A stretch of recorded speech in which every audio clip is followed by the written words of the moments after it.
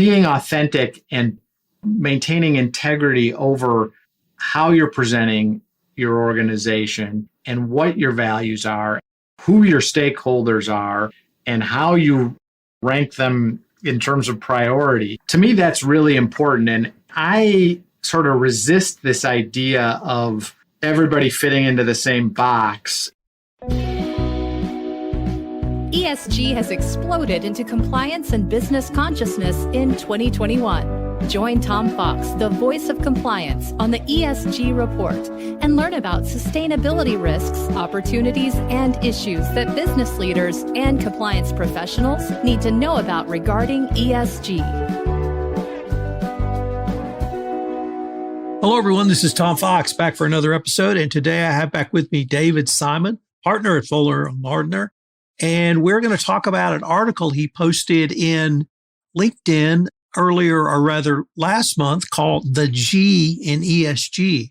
I found this article really interesting. And more importantly, I think every compliance practitioner needs to understand the role of not simply the G in ESG, but also compliance in the G in ESG and the governance component of compliance. So David, first of all, that incredibly long-winded introduction, welcome back.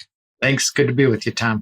David, in reading your article, it appears at least the kernel of your thought about writing it came out of your coursework in Oxford. So if that's correct, I was wondering if you could tell us a little bit about the course on governance and ethics and how it gave you an insight into the role of G. It did. And so we just finished in my executive MBA program, we just finished the module on governance and ethics. And our professor, Alan Morrison, I think has formulated this construct that I thought was pretty helpful in terms of how to think about this stuff. The idea is we're trying to get at like business ethics and what's the sort of the source of sort of organizational ethics and corporate ethics as opposed to just individual. And Professor Morrison starts with this idea of there being a corporate mind, some sort of set of beliefs and sort of principles that the corporation, the organization thinks in some sense. And from that, he sort of has formulated this concept of the MetaContract, which I thought was a pretty cool concept. The idea of the MetaContract is sort of what the corporation presents to the world in terms of how it will do business, what business it's in, what it won't do.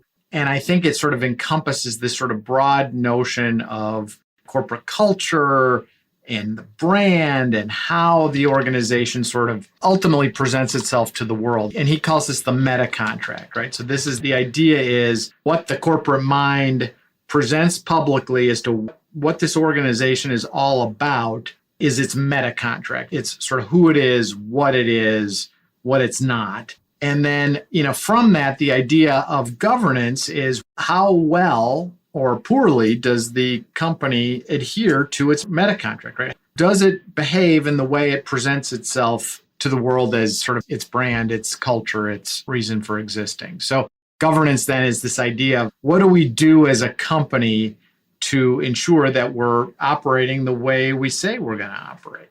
That was the essence of it. And I thought that was a pretty helpful way to think about governance and also, frankly, compliance as part of that. So how you present yourself to the outside world is a key component of ESG, whether it's positively in terms of you're trying to show you're reducing your carbon footprint, or even if we took the flip side negatively with allegations of greenwashing. But it strikes me, David, that's precisely what compliance professionals do day in and day out.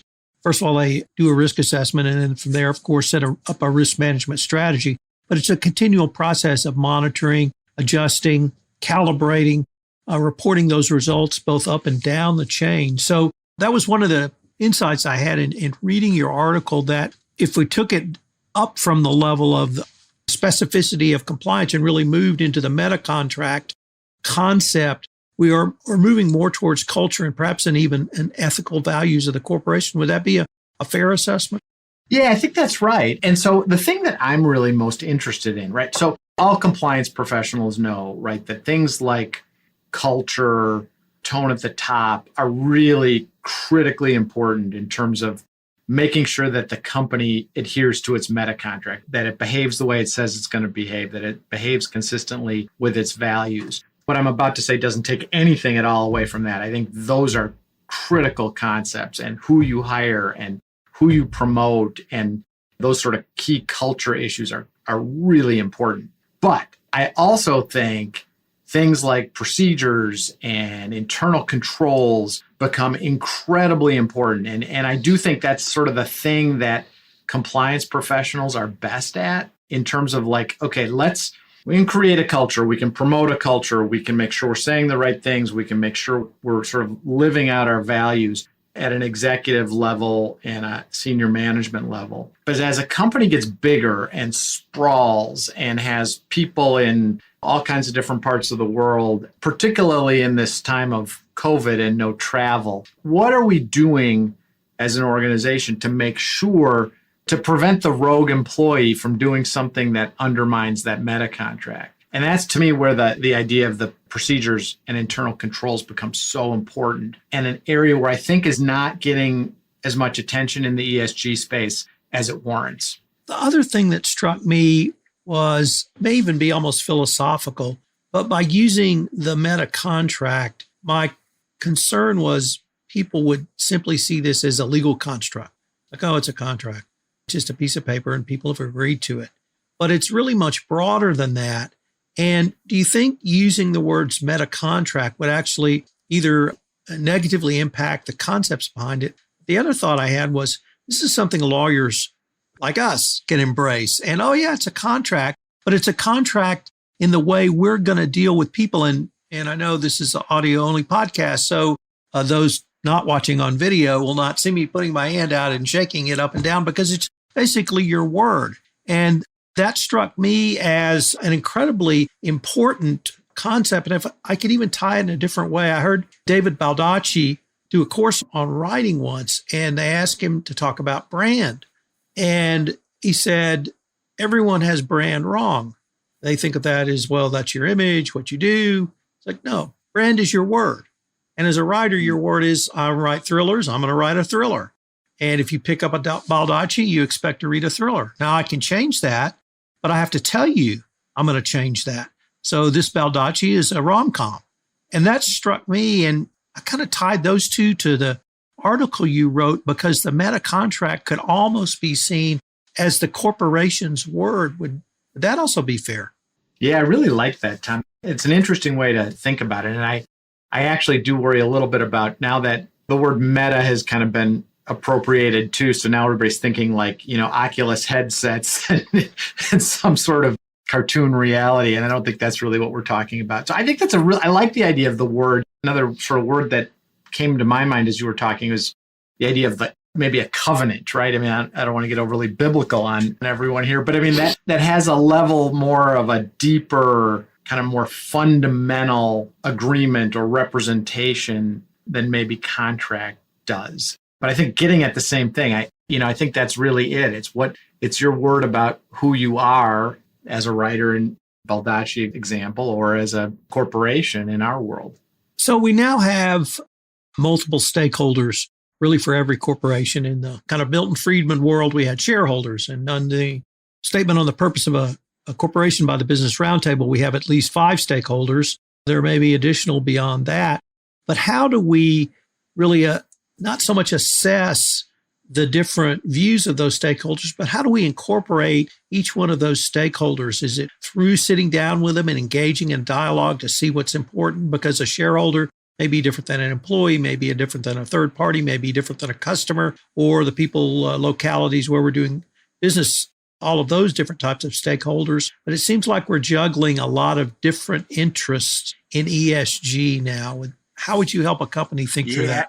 I agree. I think it's really tricky. And I'm sort of a fairly recent convert to the notion of stakeholder capitalism. And I'm not sure I'm fully converted, but this is one of the topics we discussed in our course as well at some length. And I do accept and believe that there should be something beyond just pure shareholder capitalism for a whole bunch of reasons. That's a whole separate, probably, podcast. But the question that I keep asking myself on this is, okay, so once you accept stakeholder capitalism, where do you draw the lines in terms of who the stakeholders really are, right? Because there's a whole mob of people on Twitter at any given point in time who think they're a stakeholder in your organization. They may be or they may not be. So really the key to this is sort of authenticity and integrity. And one of the things that I see that I'm a little skeptical of is this sort of every organization trying to fit itself into kind of the same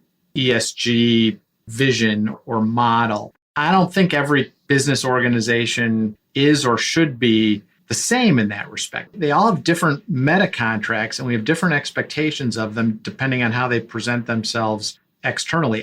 Being authentic and maintaining integrity over how you're presenting your organization and what your values are, who your stakeholders are, and how you rank them in terms of priority. To me, that's really important. And I sort of resist this idea of everybody fitting into the same box. And I think ESG has promoted that a little bit.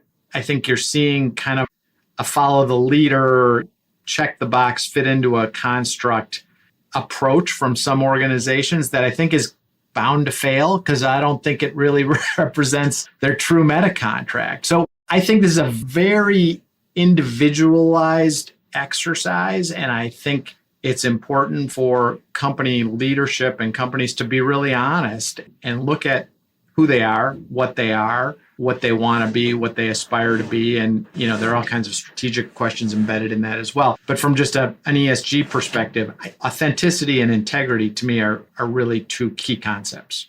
David, could perhaps we draw upon our own personal experiences with anti-bribery corruption in terms of FCPA compliance programs, where in the first decade of this century, many of the programs put in place were exactly what you described, one-stop shops for compliance, whether that be in a manufacturing industry, whether it be in the energy industry or any other industry. And all of those are very disparate. And as anti-corruption compliance evolved, the Department of Justice began to communicate, and it still does to this day, it's not compliance risk, it's your risk. Whatever your risk may be, and you start with your risk and you build out your risk management structure and program from that point. Could we perhaps be at the same point with ESG, where here we are a little bit earlier on, obviously, and people are really starting with one program. And as you suggest, every company needs to assess its own materiality for each one of the letters, the E, the S, and the G, and then build a program around that. Could that be part of the natural evolution that we're going to see of ESG going forward? I think so. It's actually interesting that you should make that comparison because I was in a presentation about sort of supply chain, human rights, child labor, forced labor issues. And the reaction from the crowd reminded me almost exactly of the reaction we got from our clients 10, 15 years ago when we started talking about how they're responsible for their intermediaries paying bribes and that they needed to figure out a practical risk-based way to address that risk for that company.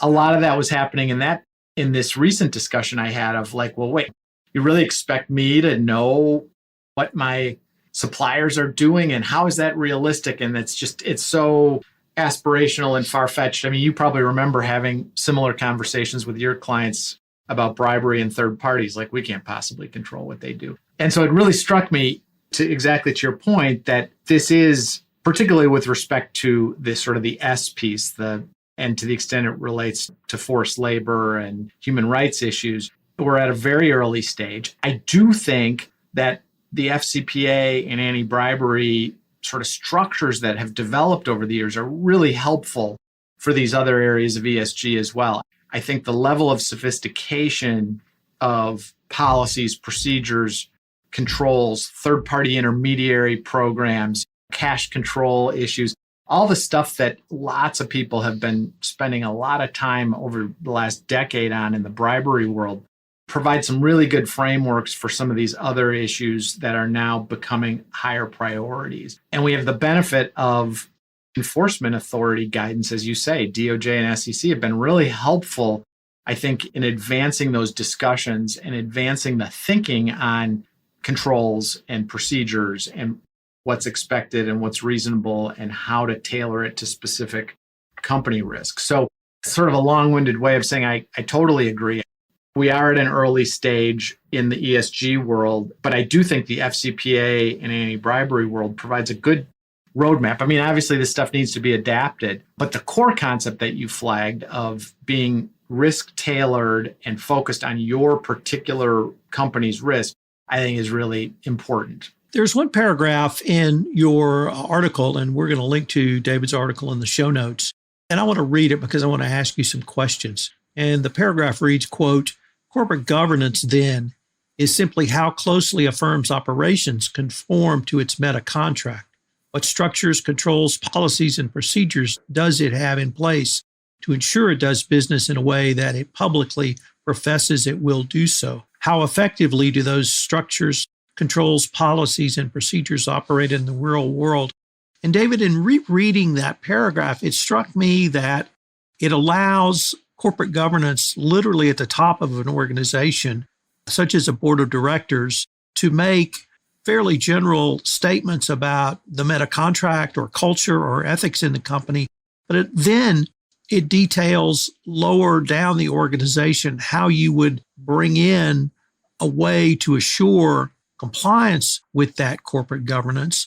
And that's through, of course, policies and procedures. But then it allows the reporting on those policies and procedures that a compliance professional does through ongoing monitoring back up to the top of the organization. So in that paragraph, I really saw a way to think through corporate governance, or the G in ESG, literally from the top to the bottom and back up. That's a great way to think about it. I really do think compliance professionals and lawyers who practice in this space are really well suited to take that MetaContract and implement it in a way that's enforceable and consistent throughout the organization. That's what they're good at. That's what they're trained to do. Before you just said it, I hadn't thought about the sort of reporting back up, but I think that's exactly right. I think that is also what compliance professionals are really good at doing, is collecting data, giving senior management and boards of directors information about their efforts to implement and execute the MetaContract in a sprawling, broad organization, and provide that feedback back up to the board and the management team. It's a great way to think about it. I think it's exactly right.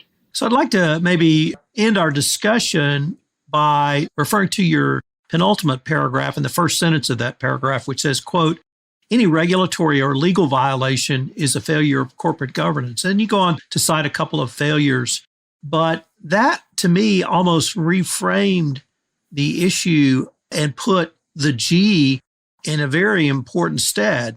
And it really, I think, gives the compliance professional and perhaps the general counsel and the general counsel's office a way to talk to the board that I think they're going to be very comfortable with, because of the paragraph you have before that yes, you've set a general tone for us, but then we've had to implement ways to assure compliance with that tone. And so to think about a FCPA violation, an accounting fraud, or you name the violation as a corporate governance failure really highlights for the board the importance of this, and even more the importance of their role in corporate governance too. How do you see kind of that? Yeah, so I think it's a really important point. And I do think one of the great things about ESG is I think it also allows compliance to broaden its horizons, because compliance can get very focused on true compliance with the law or with regulatory regimes, which I think is obviously got to be a priority. And I do think sort of my first point in that sentence was the MetaContract always includes at least an implicit representation that the organization is going to follow the laws of the jurisdiction in which it incorporates. It's almost by adoption of the law that you're incorporating, and therefore you're adopting a commitment to do that. But it's more than that, I think. And it's one of the things I was thinking about when I wrote that paragraph is about there are certain violations, certain scandals that are worse than others. And there are certain scandals that are worse with a particular organization than others. And I think it ties to what their MetaContract is, right? It ties to who they are and who they proclaim to be to the world. And when there's a violation, maybe even not a violation of the law, but a violation of who they really are as an organization, that's a much bigger governance problem, I think, for the company or the organization than anything else could be, right? And when it goes to the heart, when you screw up in a way that goes to the heart of your MetaContract, of who you say you are, that's catastrophic. I use the example of, and I haven't thought about this maybe enough. I need to spend some more time developing this idea. But I use the example in my article of Arthur Andersen, right? Arthur Andersen, was the rock of accounting firms and the conservative, reliable, big, I guess 6 it was then. And their role in the Enron scandal, it was so bad, obviously, it eliminated Arthur Andersen as a firm. But to me, the dynamic there is that where the violation occurred, where they strayed, was so closely tied to their MetaContract of who they were representing themselves to be to the world that they just couldn't survive it. So I think from a compliance perspective, compliance professionals need to think more broadly than just the laws and the regulatory framework, to more about what their organizational MetaContract is, and they need to take steps to protect their organizations from violating it, because it can be disastrous when they do. David, I don't know if you developed this philosophical insight through your Oxford educational experience, or it was hidden there all along when you were lecturing to me on how you could set up a compliance program for distributors. But this is just great stuff. And I hope that not only can we continue this conversation, but I hope that you can have this conversation with your colleagues and clients as well, because if you can sit down and talk to literally the top levels and strategy makers in an organization in this way, I certainly think it's going to be a great way for them to gain traction with ESG, but more importantly, with the ethical component, with the cultural component. I interviewed a woman yesterday, Allison Taylor, and she works at a company or academic group called Ethical Systems, and she really talked about the ethical component of ESG, and that from her perspective, we needed to have those conversations. And it seems like you can have these conversations through the construct of the MetaContract. I look forward to continuing this conversation. It's always a pleasure, Tom. I enjoyed it.